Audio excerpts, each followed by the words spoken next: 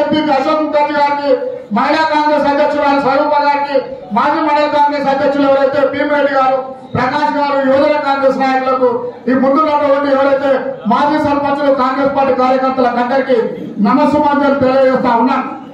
ఈ రోజు భీమదేవపల్లి మండలానికి సంబంధించినటువంటి సంవత్సర కాలంలో జరిగినటువంటి అభివృద్ధి ఏదైతే ఉన్నదంటే అది కేవలం అది పొన్నం ప్రభాకర్ గారి ఆధ్వర్యంలో జరిగింది. కానీ గతంలో పాలించినటువంటి ఏదైతే టీఆర్ఎస్ ప్రభుత్వంలో ఉన్నటువంటి సతీష్ బాబు గారితో కానటువంటి పనిని మన గౌరవనీయులు మంత్రి స్థానిక శాసనసభ్యులైనటువంటి పొన్నం ప్రభాకర్ పోరాట యోధుడిగా తెలంగాణ రాష్ట్రంలో సిద్ధించడానికి ముందు వరుసలో ఉన్నటువంటి పొన్నం ప్రభాకర్ అన్న గారు మరీ ముఖ్యంగా భీమదేవపల్లిలో ఏదైతే సంవత్సరం కాలం క్రితం 3614 ఓట్ల మెజార్టీతో ఇక్కడి ప్రజానీకం గెలిపించినందుకు కృతజ్ఞతగా ఈ రోజు కేవలం భీమదేవపల్లి మండలానికి అభివృద్ధి పనుల్లో భాగంగా గ్రామీణ రోడ్లు అయితేనేమి, పాఠశాలల అభివృద్ధి అయితేనేమి, సీఎం రిలీఫ్ ఫండ్ అయితేనేమి, ఈ విధంగా చెప్పుకుంటూ పోతే ప్రభుత్వం తీసుకున్నటువంటి ఉచిత బస్ సౌకర్యం అయితేనేమి, 500 గ్యాస్ సిలిండర్ అయితేనేమి, 200 యూనిట్ల ఫ్రీ విద్యుత్ అయితేనేమి,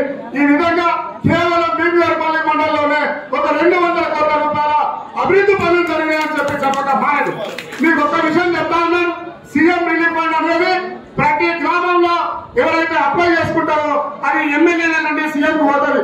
కేవలం భీమదేవపల్లి మండలానికి సంబంధించి 109 మంది ఎవరైతే రోగగ్రస్తులు ఉన్నారో సీఎం రిలీఫ్ ఫండ్ కింద 30,69,000 రూపాయల సీఎం రిలీఫ్ ఫండ్ వచ్చిందని చెప్తా ఉన్నాం. అది కేవలం పొన్నం ప్రభాకర్ అన్న గారి యొక్క కృషి అని చెప్పి తెలియకపోవాలి. అదేవిధంగా ఈ విధంగా రాబోయేటువంటి కాలంలో మనం ఏదైతే ఉందో 4 సంవత్సరాల కాలం ఉంది. ఇక మనం ఎంతైతే చేయాలనుకుంటున్నామో 6 గ్యారెంటీలు ఏదైతే చెప్పినామో దానికి సంబంధించినటువంటి ఇందిరమ్మ ఇండ్లు అయితేనేమి, రేషన్ కార్డులు అయితేనేమి, అదేవిధంగా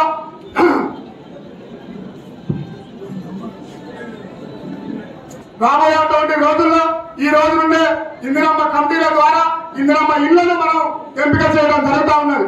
ప్రతి గ్రామం నుండి 5 మంది మనం ఎవరైతే కార్యకర్తలతోటి కమిటీలు వేసినాం ఆ కమిటీల ఆధ్వర్యంలో అక్కడ ఉన్నటువంటి ప్రభుత్వ అధికారుల యొక్క చొరవతో మనం అందరం నిరుపేదలైనటువంటి ఎవరైతే కుటుంబాలను గుర్తించి ఇందిరమ్మ ఇల్లు ఇచ్చేటువంటి పనికి ఈ రోజు నుండి చాలా ముందు కనబడతా ఉన్నాయి.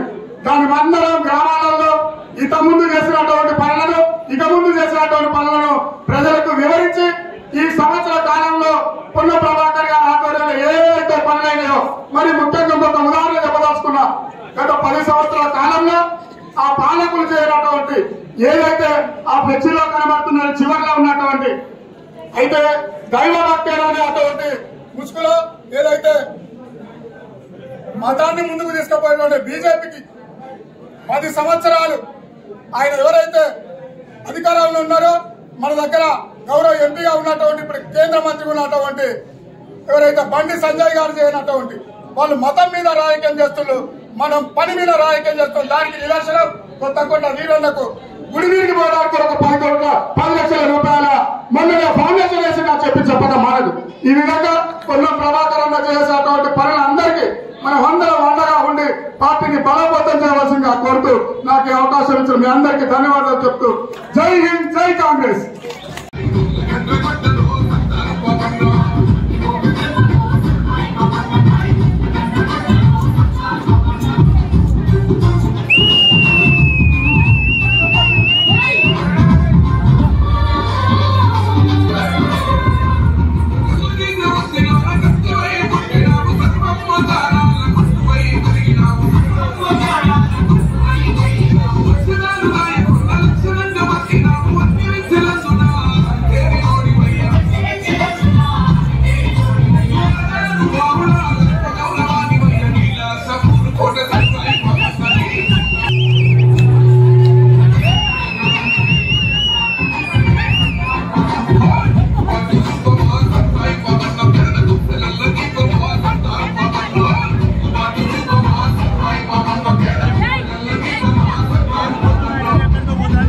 పెద్దలు కూడా అందరూ మాట్లాడడం జరిగింది.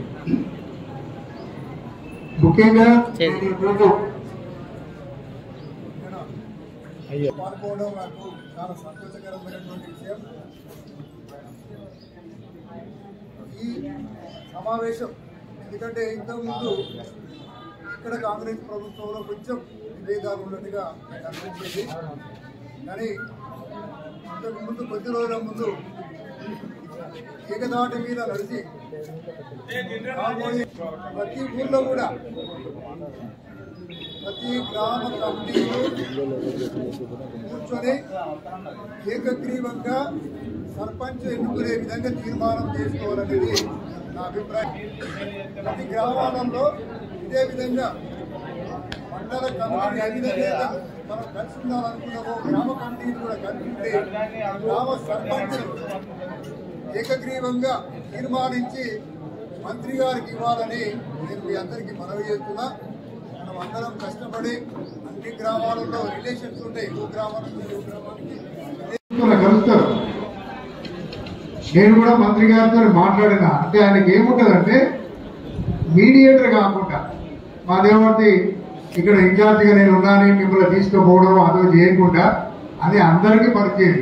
ఒక కుటుంబ సభ్యులకే ఉన్నారు, మనం అంతా కుటుంబ సభ్యులమే కాబట్టి డైరెక్టే రావాలనేది ఆయన కోరిక. అందుకే నేను ఎప్పుడు మీ మధ్యన కానీ వారి మధ్యన రాలేదు, నేను ఇన్ఛార్జి ఉన్నా కూడా. ఇంకొక విషయం ఏంటంటే మీ గ్రామ కమిటీలు గ్రామానికి కావలసినటువంటి వనరులను ఏదైనా కూడా ఒక తీర్మానం చేసి ఇంతవరకు ఇచ్చిందనేది నేను అనుకోను. ఎవరైనా ఇస్తే చెప్పండి. ఇండివిజువల్ మన సొంత పనులో లేదా ఇంకేమో పనుల గురించి తీసుకొని పోయి మాట్లాడడం జరిగింది. కానీ మన గ్రామంలో పాఠశాల పరిస్థితి ఏమున్నది, గొడ్ల దవాఖాన లేదు, ఇప్పుడు వ్యవసాయానికి ఇది కావాలి, ఇంకేదైనా ఇతరత్ర పనుల గురించి రోడ్లు లేవు, వాటర్ ఫెసిలిటీస్ లేవు అనే ఒక కార్యక్రమాలను మన గ్రామ కమిటీలు తీర్మానం చేసి ఇంతవరకు ఇవ్వలేదు.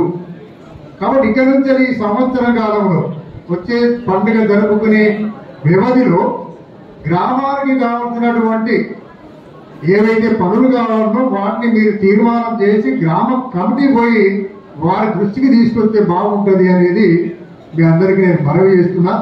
తప్పనిసరిగా అది చేయాలి. ఎవరినైతే బలపరుస్తారో వారిని అందరినీ మనం గెలిపించడానికి ఓకేనా? వారు ప్రతి గ్రామంలో